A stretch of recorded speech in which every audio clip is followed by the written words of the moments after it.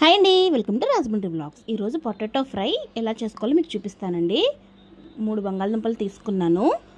2 onions cut చేసుకొని బాండి పెట్టుకొని హీట్ ఎక్కాక ఆ బంగాళదుంపలు కూడా వేసేసానండి. కొంచెం మగ్గాక పసుపుని ఉప్పు వేసేసి మూత పెట్టేసుకొని మగ్గపెట్టానండి. అదిగో చూసారా ఎలా మగ్గిపోయిందో.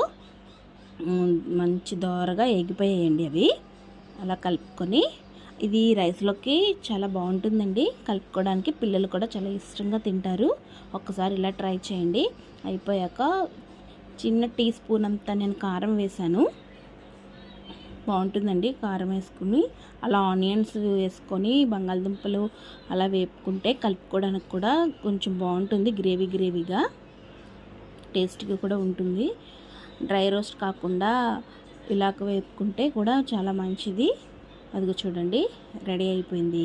సబ్స్క్రైబ్ చేసుకోవడం మర్చిపోకండి. ఉంటాను ఫ్రెండ్స్, బాయ్.